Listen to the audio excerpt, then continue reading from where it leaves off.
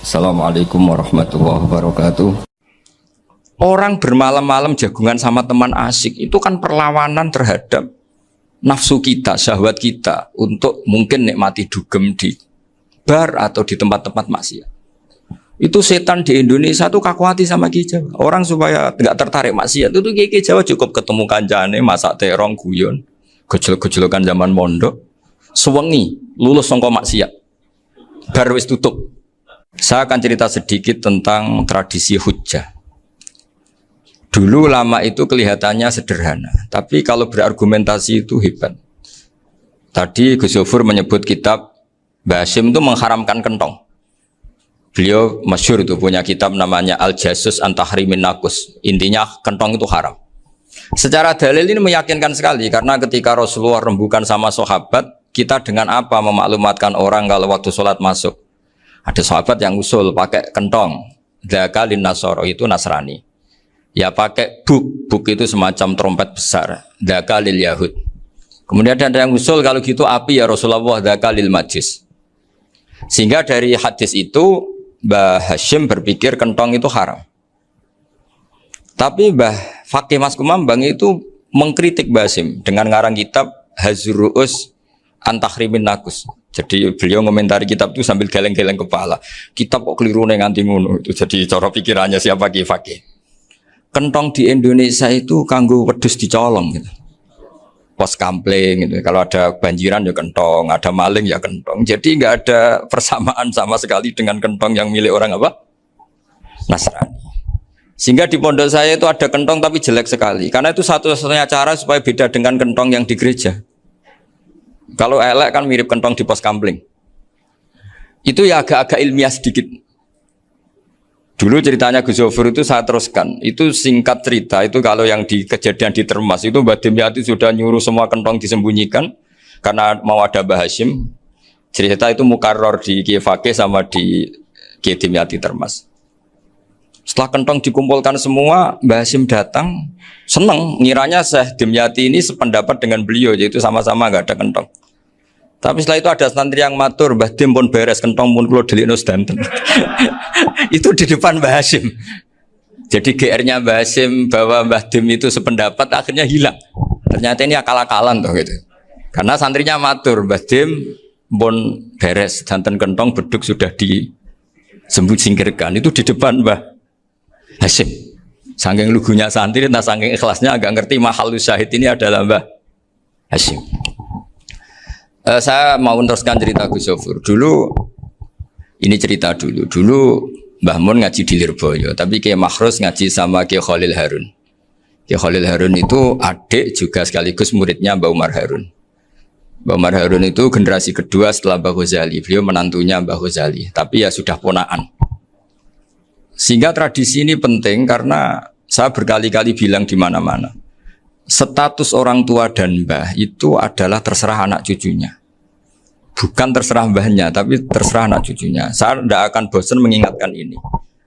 Saya pernah di makamnya Nabi Yakub, itu ya dikemuli bendera Israel. Di makamnya Nabi Dawud. Nabi Ibrahim juga dekat sinagog. Sehingga Quran membela Nabi Ibrahim disebut maka anak Ibrahimu Yahudi wala Nasraniya. Karena ketika beliau berposisi di Israel, kemudian penguasanya adalah Yahudi, bisa saja makam ini ditulisi dan distatuskan ala Yahudi. Ya seperti Nabi Yakub. Nabi Yakub itu nabi yang kita yakin tentu berkeyakinan beliau orang baik, orang muslim, orang mukmin, tapi karena di desain mereka ya dikemuli bendera Israel. Dan disebut Abul Yahud. Karena kita tahu nama lain dari anaknya Nabi Yakub adalah Yahuda bin Yakub bin Ishak bin Ibrahim.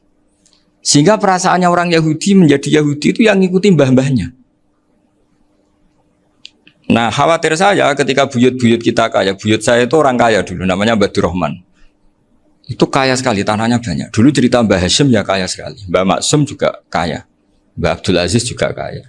Karena dulu itu inginnya kiai itu yo ketok sugih lah, gak ngel-ngelo santri.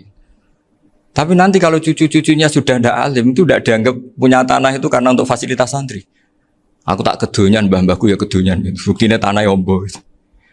Karena dia akan menafsiri sesuai cara berpikir. Makanya sanad keilmuan yang diceritakan Gus Zofir itu harus diulang-ulang.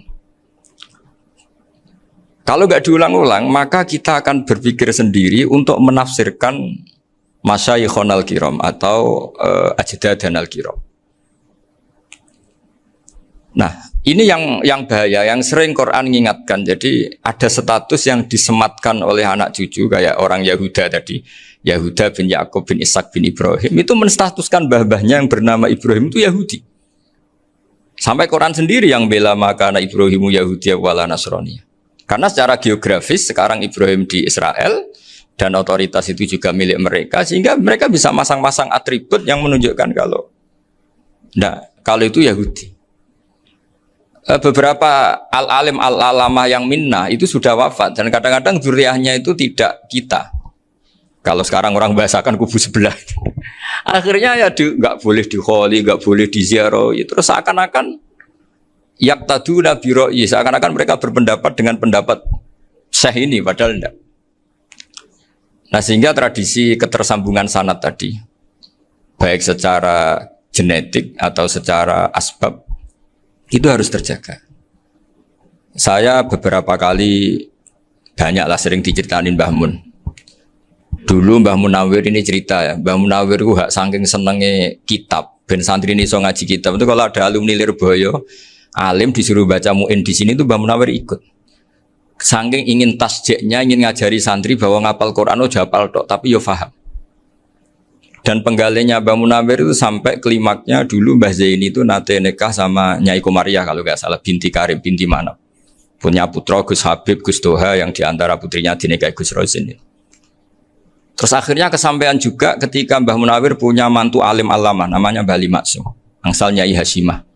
Sampai Pondok Kramjak ma'ruf bil ilmi, terutama ilmu sorof dulu karena Mbah Maksum itu komplain, fa'ala ya fulu kok terus fa'lan ya fa'ala ya fulu ya uful gitu kan. Masuk fi'il kok jejerisim gitu. Jadi dulu kata Mbah Mun itu ada persaingan ilmu sorof, sorofnya Mbah Maksum Ali Kuaron sama Mbah Ali Maksum Jogja. Jadi walian tok, yang satu Maksum Ali Kuaron, yang satu Ali Maksum. Ya itu dulu saingan ngarang sorof. Nah ini yang menang siapa? Ya terserah duriannya. Kalau duriannya keren ya menang karena terserah yang kampanye. Saya bayangkan adekan Mbah Zubair tidak punya anak sealim Mbah Mun, mungkin kalau Mbah Zubair juga tidak sewow kalau punya putra Mbah Mun. Karena saya berkali-kali bilang kalau dalam syair Arab itu kama takarroma, kadang dilafatkan kama tasyarrofa bi Muhammadin adnanu. Orang berpikir Adnan itu siapa? Itu karena ada Nabi Muhammad SAW. Orang mencari-cari Mbah Mun itu mencari Mbah Zubair karena ada Mbah Mun. Orang mencari Mbah Dahlan karena ada Mbah Zubair. Wong kok alime ngono iku bapake sapa? Wong kok alime ngono iku putune sapa? Tapi kalau kita ini sudah ndak alim, ini orang sudah nggak tertarik nyari-nyari leluhurnya karena dianggap selesai. Jadi yang dengan tanda kutip yang menghabisi mbah-mbahnya itu ya mesti cucunya. Ini mau ngamuk, mau peringatan, tapi ini juga peringatan pada diri saya sendiri. Jadi sehingga zuriyah ini penting. Kenapa para nabi mesti donga zuriyatan thayyibah? Kenapa selalu berpikir tentang zuriyah? Wa ja'alaha kalimatam baqiyatan fi aqibi. Karena zuriyah ini yang nanti bisa menstatuskan leluhurnya. Seperti tadi cerita Mas Maftuh ini, tak puji betul, saya hari ini tidak ingin gojlok supaya kewalian saya tidak tergerus oleh kedoliman. Saya pernah diceritain Gus Zofur, juga sering baca buku tentang Mbah Maksum. Dulu Mbah Maksum kalau wasiat kembali ya gitu. Kamu harus NU dan harus mempertahankan NU, tapi tidak dengan cara membenci Muhammadiyah. Dulu Mbah Mun juga sering cerita, dulu Mbah Hasyim tuh ngaji Syekh Mahfud. Nah, Mbah Ahmad Dahlan dulu namanya Darwis sering ngaji sama Syekh Khotib Minangkabau. Zaman itu Syekh Khotib sudah modern, sudah ikut gerakan Abdu, gerakan Almanar. Sehingga bawaannya Mbah Ahmad Dahlan ini agak agresif. Yang Mbah Hasyim karena hanya mulazim di Syekh Mahfud, hanya sesekali ngaji Syekh Khotib, beliau lebih seperti itu. Dan dua beliau ini sama-sama pernah ngaji Mbah Soleh Darat di Semarang, Mbah Hasyim sama Mbah Ahmad Dahlan yang dulu namanya Darwis. Jadi ini masih min minuskatin wahidah mimam bain wahid. Sehingga kita tidak kaget ketika Mbah Ali Maksum mengomentari Muhammadiyah itu masih ahli sunnah wal jamaah. Makanya nanti terakhir saya baca kitabnya Mbah Ali dan sering saya pelajari. Andai kan kita ini sepakat dengan ilmu, ya kita tahulah Kalau Abu Hanifah itu tidak kunut, Imam Syafi'i kunut. Berarti kunut itu madzhabnya Abu Hanifah, bukan madzhabnya Mbah Ahmad Dahlan. Apa ndak kunut itu madzhabnya Abu Hanifah, bukan madzhabnya Mbah Ahmad Dahlan. Kita kunut itu madzhabnya Imam Syafi'i, bukan madzhabnya Mbah Hasyim. Ini semuanya masih dalam bingkai ilmu. Adzan qabla subhi juga riwayatnya jelas. Tidak adzan ya sudah perilaku kita sudah jelas. Dulu Mbah Mun sering didik kita gitu. Saya sering dengar cerita kalau dulu Pak Arif Fakhruddin begitu hormat sama Mbah Ali, apalagi zuriyahnya Mbah Azhar Basir, karena beliau dulu do ngaji di Termas. Dulu itu nggak ada masalah karena semuanya dianalisis pakai ilmu. Tapi sekarang pakai identitas, yang kunut itu NU, yang nggak kunut Muhammadiyah. Berarti Abu Hanifah itu Muhammadiyah, Imam Syafi'i itu NU. Berarti Imam Syafi'i itu ya anak buahnya Ki Miftahul Ahyar kira-kira gitu karena anak buahnya Pak Said Akil. Kan terus jadi repot. Dulu kita ini pengagum ilmu, bukan pengagum perbedaan. Sehingga di sini yang saya kagum dari sekian ceritanya Mbah Ali Maksum, supaya kitab ini to the point, supaya nggak lama-lama karena waktunya juga. Nanti kalau kemalaman ini kena semprit ini sudah. Ini diantara yang diceritakan Bali itu unik. Imam Syafi'i itu sering tawassul, sering wasilah sama siapa itu? Abu Hanifah. Ini sudah tak petakan, saya baca yang sensitif lah. So, yang ini ya. Ziyar al-Babus Samin, terus sebentar ini yang bab tawassul.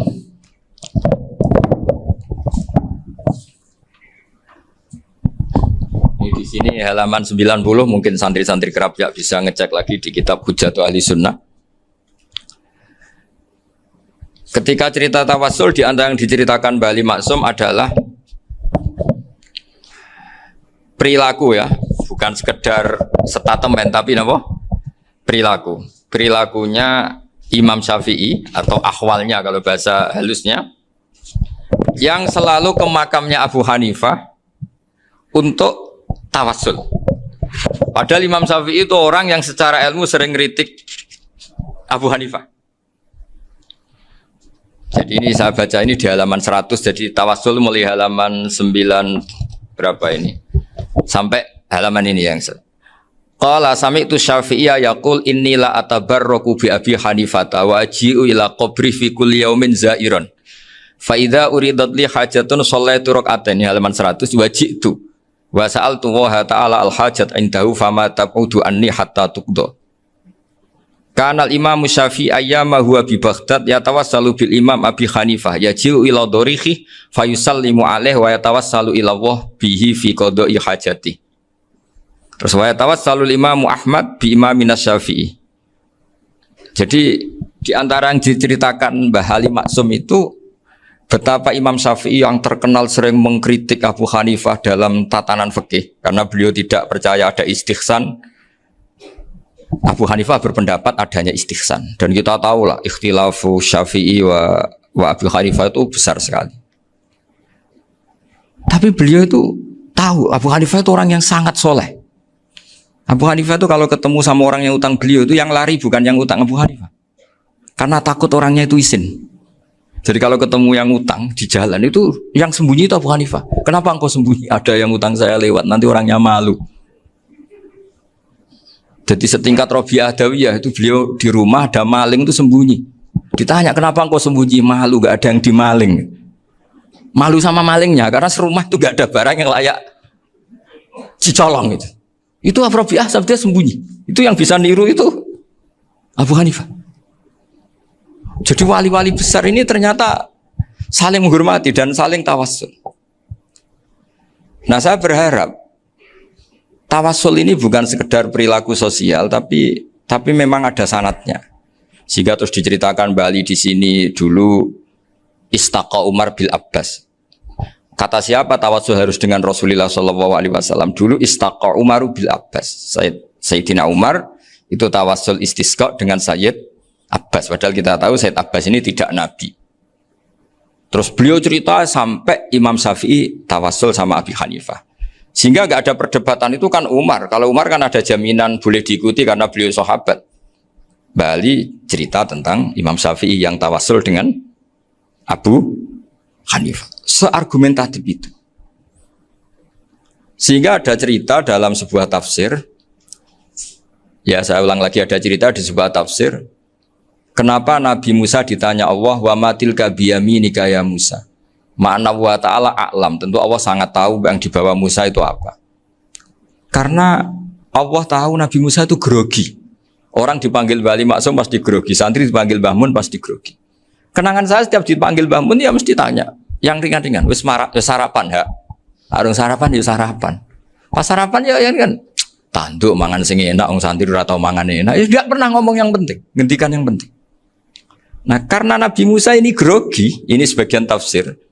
Itu ditanya yang ringan, sahaja iku nggawa apa? Karena pertanyaannya ringan, Nabi Musa juga ringan. Ya Nabi Musa itu sampai lali iku pangeran sing ya'lamu sirra wa akhfa. Diterangno. Niki tongkat Gusti. Gunane kathah Gusti tongkat iki.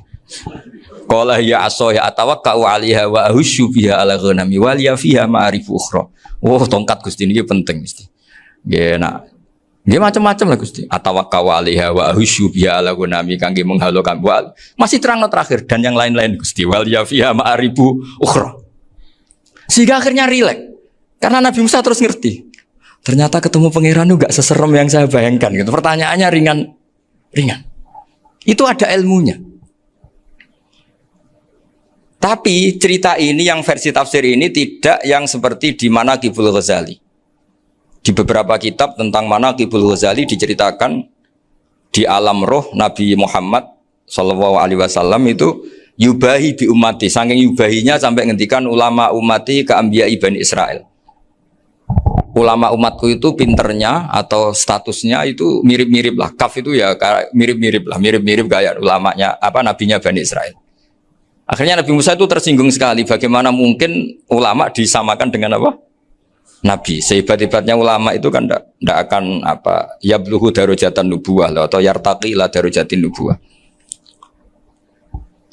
Itu akhirnya ya kalau kamu nggak percaya panggil. Yang dipanggil Imam Ghazali.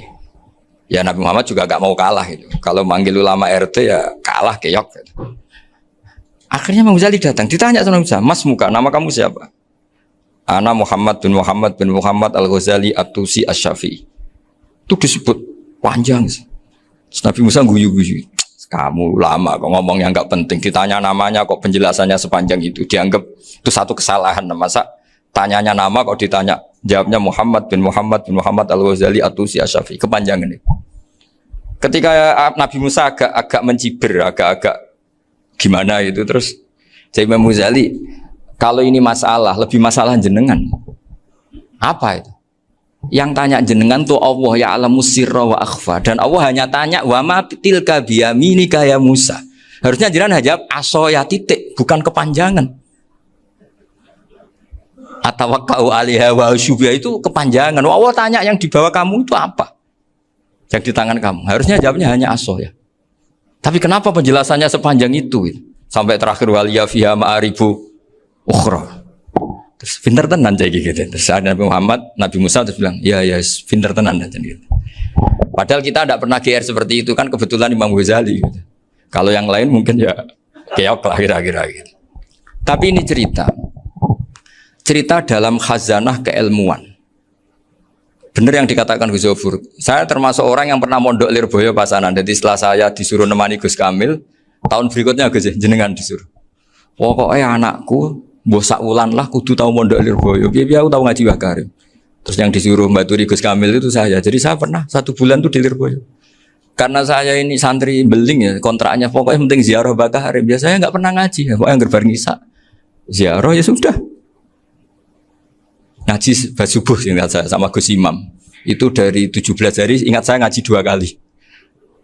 Tapi kalau ziarah ke Bakarim sudah lupa jumlahnya karena memang kontraknya disuruh ziarah.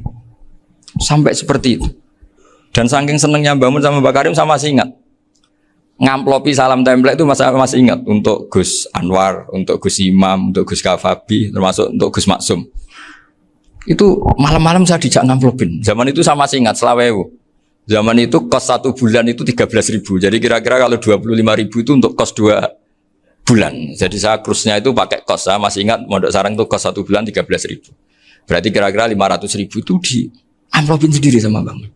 Ini untuk Gus War, ini untuk Gus imam ini untuk Gus. Padahal Gus Imam ini mondoknya sudah di Mbah Mun.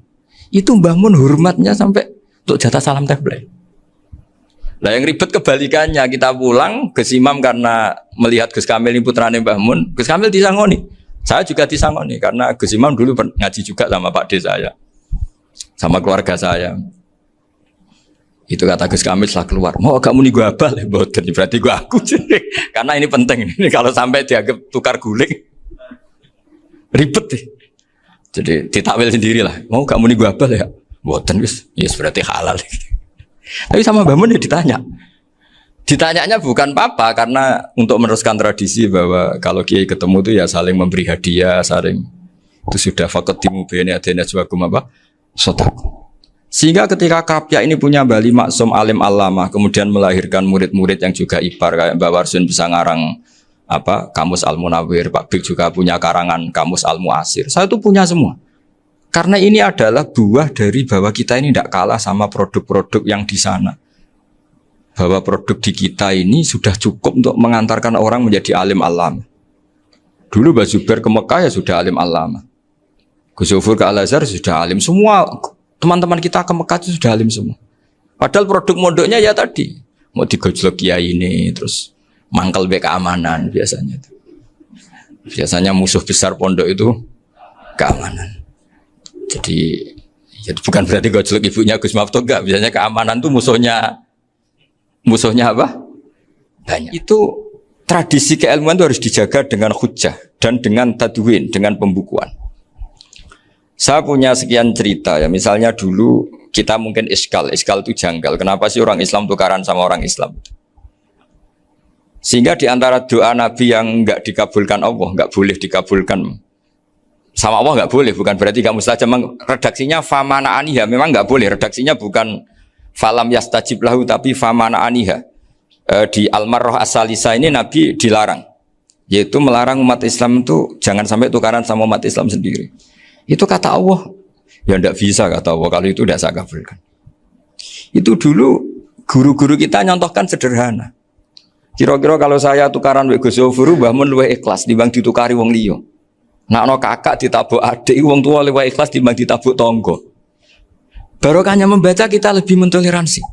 Kalau ada Mbah Hashim dikritik Mbah Fakih Mas Kumambang, kita ikhlas itu. Tidak dikritik guru PAUD, itu kan. Atau dikritik orang-orang yang nggak bisa ngaji. Artinya ternyata keliru kita bilang kiai kok tukaran. Justru bagus kiai tukaran. Dibanding kiai dikritik guru PAUD atau dikritik orang-orang yang nggak bisa baca kitab. Akhirnya barokahnya baca kita menjadi tahu. Dulu Mbah Mun sering cerita, ini masih cerita silsilah ya. Jadi Mbah Ali Maksum tadi kita tahu di antara guru besarnya Mbah Ali Maksum tentu Mbah Mahfud Termas. Beliau adalah adik dari Kiai Mahfud Termas. Mbah Dimyati ini adik Kiai Mahfud Termas. Itu punya saudara namanya Abdul Razak, juga punya saudara namanya Dahlan. Itu yang membawa Thariqah Syadziliyah di Solo Raya, yang sekarang alhamdulillah diteruskan Gus Wafi. Dulu di antara pesannya Mbah Mun ke saya, hak Wafi kandani kon ziarah ning Mbah Dimyati. Mergo Thariqah Syadziliyah dulu itu yang bawa keluarganya Mbah Dimyati. Jadi semuanya ini masih dzurriyyatan ba'duha min ba'd. Nah pesan saya karena tadi Mbah Munawir yang termasuk orang pertama yang bawa Quran, bawa Qiraah Sab'ah. Kenapa saya bilang termasuk? Karena kalau bilang paling yang pertama ini nanti butuh data. Dan itu agak kerepotan lah. Tapi yang jelas mimman istahara lah. Mimman istahara yang membawa Sab'ah ke sini itu adalah Mbah Munawir. Terus beliau ngajarkan diantaranya ke Mbak Arwani, pakai kitab Satibi, pakai kitab Nazmus Satibi. Terus Nazmus Satibi itu diteruskan oleh Mbak Arwani, ditulis. Yang nulis dulu Mbak Dola Salam. Bapak saya itu murid Mbak Dola. Dulu Mbak Dola sebelum ke Mbak Arwani ngaji sama Ki Said di Sampang.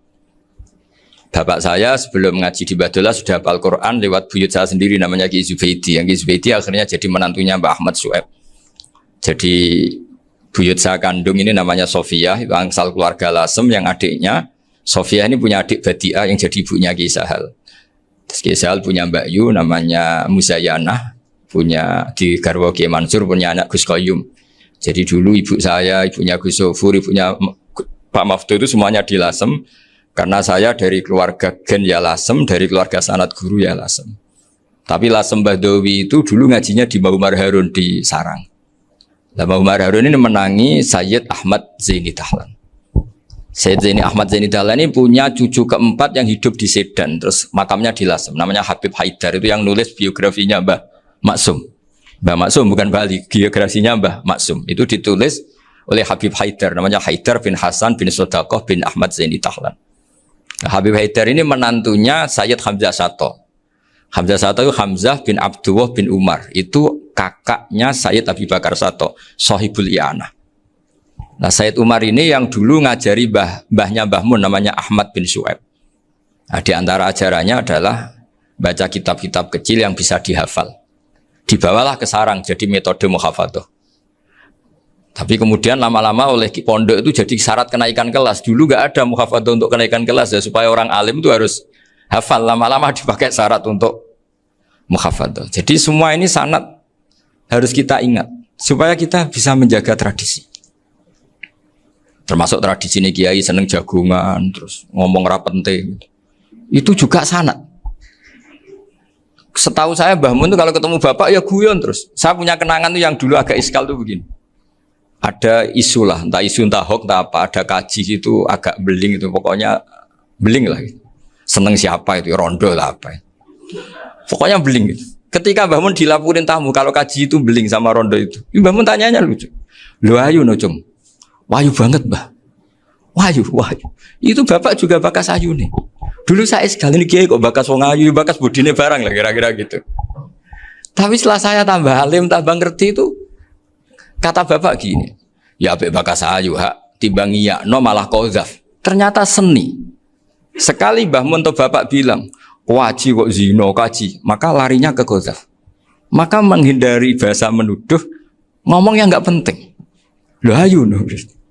Jadi kiai dulu tuh orang sok suci tapi menghindari hal-hal yang jadi punya seni untuk ngelola kehidupan. Orang bermalam-malam jagungan sama teman asik itu kan perlawanan terhadap nafsu kita, syahwat kita untuk mungkin nikmati dugem di bar atau di tempat-tempat maksiat.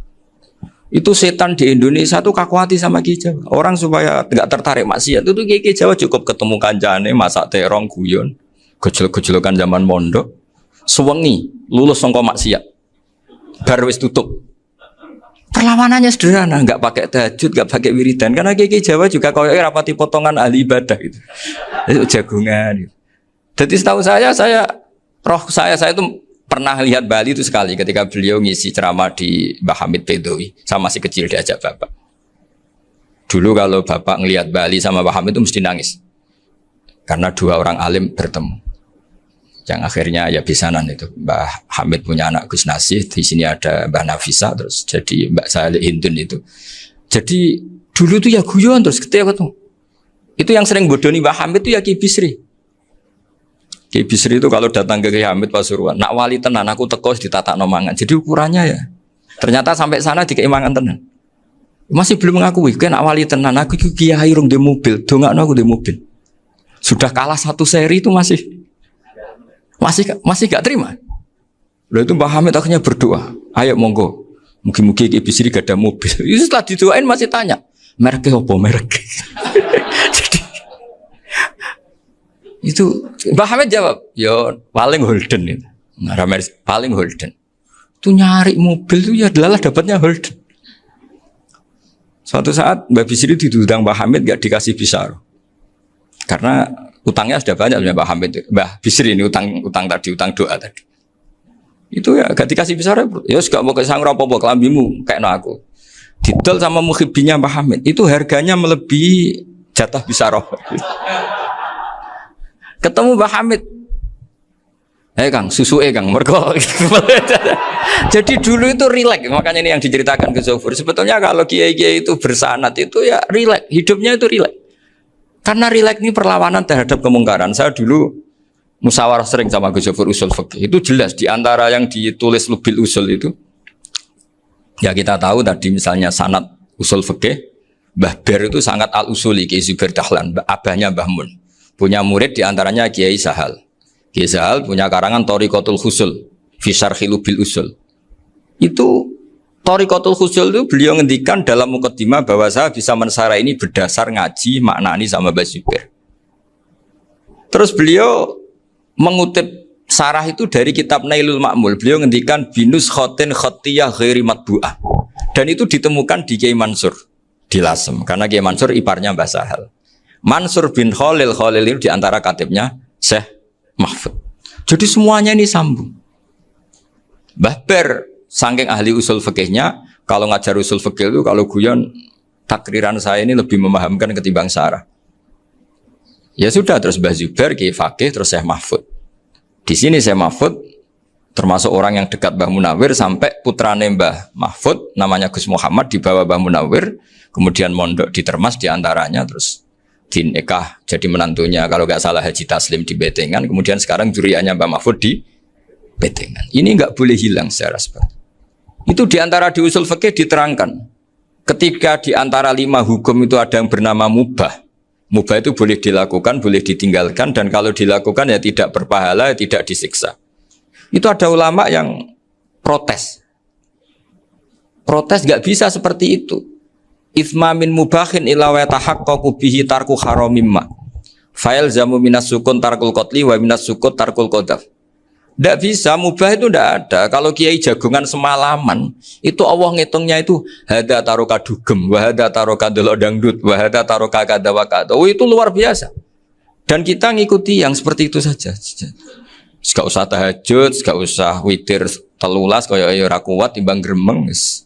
Sewengi jagongan, setan ngenteni kita tergoda maksiat, ternyata maksiatnya sampai tutup, kiainya masih apa? Jagongan. Jadi jagongan saja ada ilmunya bahwa itu perlawanan terhadap tarkul ma'asi.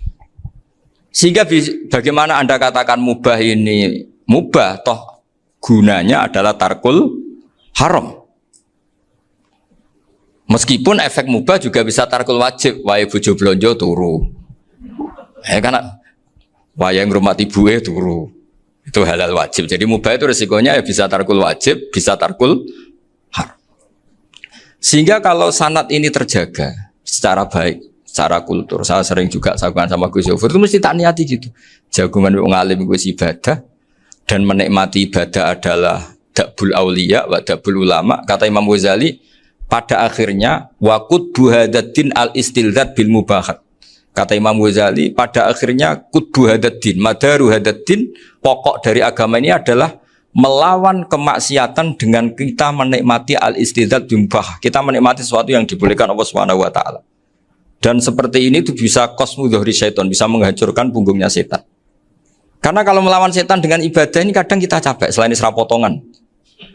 Tapi nak kangkang ning komplek H gitu jagungan mbek kancane, ngenang melarate, mbok ngenang ras sekolah ramunggah, kenangan sing ramunggah diarani istiqomah. Itu kan diarani tulus zaman, kok sing munggah dianggap kesusu. Saya ini punya pondok Quran, kalau ada yang hafal 3 tahun mesti digojlok kancane. Gak apik kesusu itu.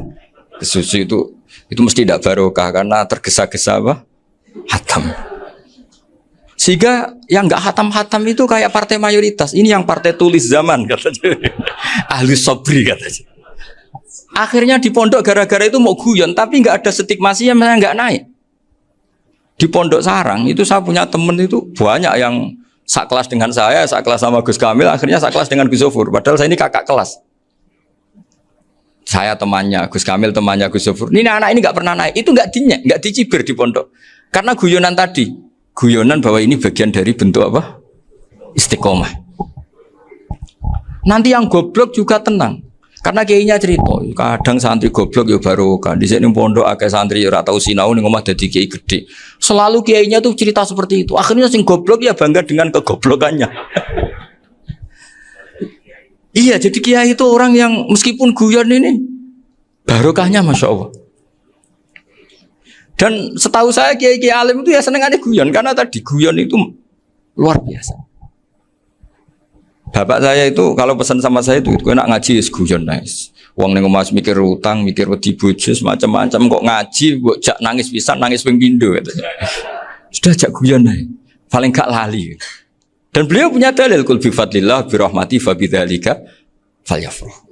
Jadi jangan sampai orang ini farah bil maksiat, jangan sampai orang itu Dan ini yang saya kenang dari sekian cerita murid Bali. Mbah Ali Maksum ya senangane guyon. Gejol-gejolkan mbek santri guyon. Ini saya maklumatkan ke semua santri beliau bahwa ini bukan sekedar guyon, tapi al-istildad bil mubahat. Ini adalah perlawanan terhadap setan karena banyak orang bisa senang tuh kalau nunggu maksiat. Ini bisa senang dengan sesuatu yang tidak maksiat. Itu kayak apa hebatnya? Makanya Nabi itu kalau ketemu sahabat ya sering ngendikan yang ringan-ringan. Ya Umar ma'afalan duher jong mana piye ije. Kalau ketemu anak kecil ya.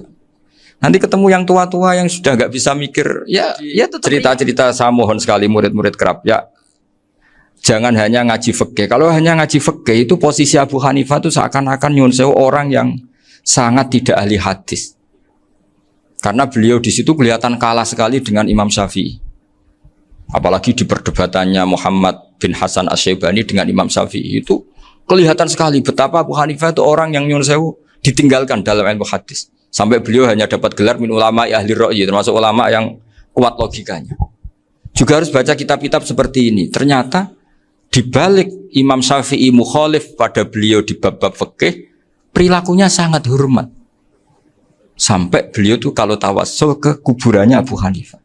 Dan beliau ngendikan an-nasu fil fiqhi iyalun ala Abu Hanifah. Semua orang yang ahli fikih itu masih anak buahnya Abu Hanifah. Saya berkali-kali cerita, mazhab Syafi'i itu alatut tadhir hanya dua, yaitu alma wa turab. Abu Hanifah nambahi wanar. Alasannya Abu Hanifah orang mukmin yang dosanya banyak itu dibakar di neraka, dan alasannya Allah litadhirihim untuk mensucikan mereka. Sehingga pikirannya Abu Hanifah an-nar itu min alatit tadhir. Apa yang terjadi ketika bata itu batu bata yang dibakar, di situ campur teletong, campur apa-apa, itu kalau sudah mazhab Abu Hanifah selesai, sudah suci, karena sudah ngelewatin pembakaran. Meskipun kita tidak akan kalau kehilangan air terus wudu dengan api, bisa bunyak semua itu. Tapi apapun itu menjadi solusi. Sehingga saya punya kitab namanya Ikhtilafu Malik, Ikhtilafu Malik wa Abu Hanifah atau Ikhtilafu Syafi'i ma Abu Hanifah. Itu kelihatan sekali kalau Abu Hanifah itu nyuruh posisinya kalah. Karena yang ngarang orang-orang Syafi'i. Tapi kalau melihat kitab-kitab kewalian, misalnya di kitab Mizan Kubro ini juga sering disebut kisah itu Mbah Ali Maksum tentang Imam Sa'roni. Berkali-kali beliau mengutip Mizan Kubro. Itu Abu Hanifah adalah orang yang sangat mukasyafah. Artinya ketika Nabi cerita air wudhu itu menjatuhkan dosa, tidak ada air wudhu yang jatuh ke kamu kecuali saat itu juga dosa kamu jatuh. Itu beliau datang ke Madharota Kufah. Kemudian beliau bilang sama si orang tua tadi, tub anizina. Orangnya terus bilang atubu minazina. Ada lagi pemuda datang dibilangin tub an ukuki walideka. Terus bilang tub tu an ukuki walidaya. Sampai yang terakhir ada tub an simai alatilahwi atau an samai alatilahwi. Terus tub tu an samai. Ketika orang itu ditanya, kenapa engkau begitu tahu dosanya apa? Saya tahu air wudhu ini menjatuhkan apa. Jadi kira-kira kalau zina mungkin ya batang babi lah. Kalau hanya sekedar melihat bak-bak mungkin ya curut atau tikus lah kira-kira gitu. Nah dulu sediluk ya mungkin ya tikus cilik gitu. Nah dulu suwi ya tikus werok itu atau apalah. Pokoknya beliau itu tahu. Tapi anehnya Abu Hanifah apa? Setelah itu dia nangis minta muka safahnya ditutup. Ya Allah, saya ini muka safah kok malah menjadi tahu sawatil mukmin. Padahal aturan syariat jenengan man satara musliman satarahu, bahwa enggak baik melihat jeleknya orang mukmin. Minta ditutup. Makanya saya ini bangga ada muka safah. Makom yang kita sampai sekarang tuh makom setelah Abu Hanifah muka safah. Jadi Abu Hanifah repot-repot muka safah, minta makomnya ditutup tidak menjadi muka safah. Dan alhamdulillah kita sudah tidak muka safah sebelum minta ditutup. Jadi kita ini keren. Keren karena aturannya itu man satara musliman satara huwa, yang tidak tahu aibnya orang muslim maka Allah akan nutupi aibnya di akhirat. Dan kita alhamdulillah barokahnya tidak muka safah, tidak ngerti aibnya orang mukmin. Jadi kita harus pakai patokan ilmu. Saya ulang lagi, kita harus pakai patokan. Makanya saya tahu betul ketika Kiai Hamid Pasuruan, beliau dulu ngaji Jamul Jame, ngaji Juman, Bali Maksum di sana sama Gus Habib, sama Gus Muhammad bin Mahfud. Termasuk mbah saya kandung dulu Kiai Sidik, mbah saya yang dari itu juga ngaji di Termas. Bapak saya dulu Kiai Nur Salim ngaji di Buyut Baiti. Dulu itu kawin juga sederhana, Kak, cerita Gus Zofur. Jadi bapak saya kandung itu Kiai Nur Salim itu ngaji di Mbah Baiti. Mbah Baiti itu adik kandungnya buyutnya saya dari ibu. Nah, Mbah Bedi itu teman akrabnya mbah saya namanya Kiai Nursam, Mbah Nursam. Singkat cerita terus Nur Kiai Jorabi narata Arabekno itu. Setelah bapak saya ke Badullah mau ditawarin jadi mantu, kata bapak saya kula pun dipek mantu Mbah Bedi. Akhirnya dapat ibu saya itu. Karena ibu saya itu cucu Mbah Bedi, cucu lambung. Jadi mbahnya ibu saya itu Mbak Yunya Mbah Bedi. Namanya Mbak Sofia tadi yang dapat Mbak Idris itu. Yang Mbak Idris ini bin Umar. Ya Mbak Umar yang banyak Mbak Hamid, Hamid bin Abdul bin Umar. Kalau bahasa itu Fatimah binti Idris bin Umar. Dulu kecilnya Mbak Idris namanya Abdul Khalik. Kalau kecilnya Mbak Hamid namanya Abdul Mukti. Kalau kecilnya Mbah Maksum namanya Muhammadun kalau nggak salah. Dulu itu orang dulu itu namanya dua-dua karena diganti ketika musim apa? Haji. Jadi ini terjaga. Sehingga tidak ada ceritanya kiai-kiai yang jagongan kemudian santrinya itu yang agak-agak khawarit. Kiai kok sungi-sungi jagongan, gak tahajud, gak duha, itu tidak ada seperti. Karena ini dianggap fi'lul mubahat untuk melawan mungkarat. Jadi sehingga di kitab Ihya diterangkan, kamu jangan ngira orang-orang soleh ketika jagongan itu min ahlil bitolah wa takasul. Itu orang-orang yang pemalas itu tidak. Tapi mereka bisa mengasiki Allah. Bahwa dalam jagongan ketemu teman ya asik, gejul-gejulkan sama Pak Maftuh ya asik. Dan keasikan ini bentuk perlawanan terhadap keasikan harus dengan maksiat. Itu kayak apa kalau kita ngaji sampai seperti itu. Termasuk tadi yang diceritakan Pak Maftuh kitab Hunyah. Semoga beliau cerita juga pernah belajar. Saya pernah belajar kitab Hunyah khatam. Itu diantara yang diceritakan Syabdul Qadir Al-Jilani tadi kata beliau Al-Jilani dipakai Jim Al-Jilani. Ini agak beda dengan kita. Mbah Zubair itu punya kitab namanya Al-Qolaid Al-Luluyah. Beliau menfatwakan nama-nama ajam itu kamu bebas. Ajamiyun fasna bihi masyita. Sehingga kita kalau punya kiai harus mau qolal ustukhri. Sehingga mau qolal istukhri. Tirmidzi juga nasibnya sama. Qolat rawahut Tirmidziyu. Sehingga rawahut Turmudziyu. Yang satu rawahut Tarmidziyu. Ya karena kita keluarganya Tarmidzi apa enggak gitu. Makanya kata Mbah Mun sama masih ingat. Kata cerita Gus Zofur tadi, adabnya Gus Zofur itu cerita tentang keluarga ibunya. Padahal keluarga ibunya juga orang-orang soleh yang luar biasa. Itu kata Mbah Mun, kowe roh jenenge Imam Bukhari tahu ya. Jenenge sapa? Saya nyebut Muhammad bin Ismail bin Ibrahim bin Mughirah bin Bardasbah. Lah iya Bardasbah mbok waca Bardisbah yo. Lah cara kene mbok Parmin mbok Parlan. Jadi Bardisbah mbok Bardasbah iku cara kene yo Parmin mbok. Iku rak Mbah Fadl Senori dadi kabeh diwaca Arab. Jenenge Mbah Umar Harun. Dhisik yo wong sarang Mbah Harun mbok kira nang yo ora roh wong dhisik yo wong kuno ya. Jadi kalau versi Mbah Fadl termasuk yang pertama bikin nasab Mbah Maksum itu tulisannya Mbah Fadl yang dikutip Habib Haidar tadi. Ya saya seperti Gus Zofur juga mencari-cari hubungan ulama-ulama di Jawa. Itu Mbah Mun kalau bicara mbahku harus jenis Kiai Serut. Kalau ditulisannya Mbah Fadl itu Sarof. Jadi Mbah Fadl itu fanatik orang-orang alim itu ditulis Arab. Kalau Mbah Mun itu Jawa. Dulu tuh ada wali seto di daerah saya. Dulu orang ya janggal. Ternyata ada sato itu kesamaan di Arabnya itu. Sehingga kiai-kiai itu ada fanatik Tirmidzi, Turmudi, Tarmidi, Jilani, Jailani karena ajamiyun fasna bihi masyita. Jadi kalau nama-nama ajam semonggo lah baca sekenanya sementing. Cuma mungkin tahqiqnya benar Pak Maftuh tadi memang di Mu'jamul Buldan itu Al-Jilani bikasri jim ya sudah kita baca Al-Jilani. Sebab itu kayak Pondok Pelosok Lirboyo itu menurut saya bagus. Orang itu maknani betul sama gurunya. Kalau sarang enggak. Kalau Pondok Lirboyo, pondok yang tadi ternyata keluarga Mbah Munawir sini pernah bisanan yaitu Mbah Zaini pernah nikah sama Nyai Komariah ya kalau nggak salah, punya putra Gus Habib ya, Pak Toha dan sebagainya. Itu betapa hubungan pondok Quran sama pondok kitab dulu itu nggak pernah terputus. Bapak saya setelah hafal Quran itu dulu ngaji Mbah Zubair. Jadi bapak saya sering ngutip mu'en apa, padahal bapak saya itu terkenal tuh, beliau cita-citanya itu saya ingin hafal Quran kayak hafal Fatihah. Beliau itu sampai sepulahnya sekali. Karena beliau inginnya hafal Quran kayak hafal Fatihah. Termasuk murid terbaiknya Mbah Dullah bapak saya. Itu ya ngaji kitab. Sehingga kata Mbah Mun, jadi Mbah Munawir de mantu Bali Maksum, itu ya sudah dipenggali. Sudah dipenggali dituruti pangeran. lahirlah seorang Bali Maksum yang membawa. Jadi dulu itu ya Gus Muhammad yang ngaji di Termas, nanti Mbak Arwani sebelum ngaji di sini ngaji di Tebu Ireng. Sehingga Mbak Arwani bisa ngarang kitab. Beliau ngarang kitab tentang Sab'ah. Faidul Barokat namanya. Ya nulisnya ya fasih ya. Saya punya tulisan tangannya Mbak Arwani itu banyak. Saya juga punya tulisan tangannya Mbak Hasyim Asy'ari ketika nyurati buyut saya yang di Damaran itu pakai bahasa Arab. Jadi dulu itu Mbah Ali Maksum juga sama. Surat-suratannya dulu sama tokoh-tokoh Muhammadiyah ya bahasa Arab.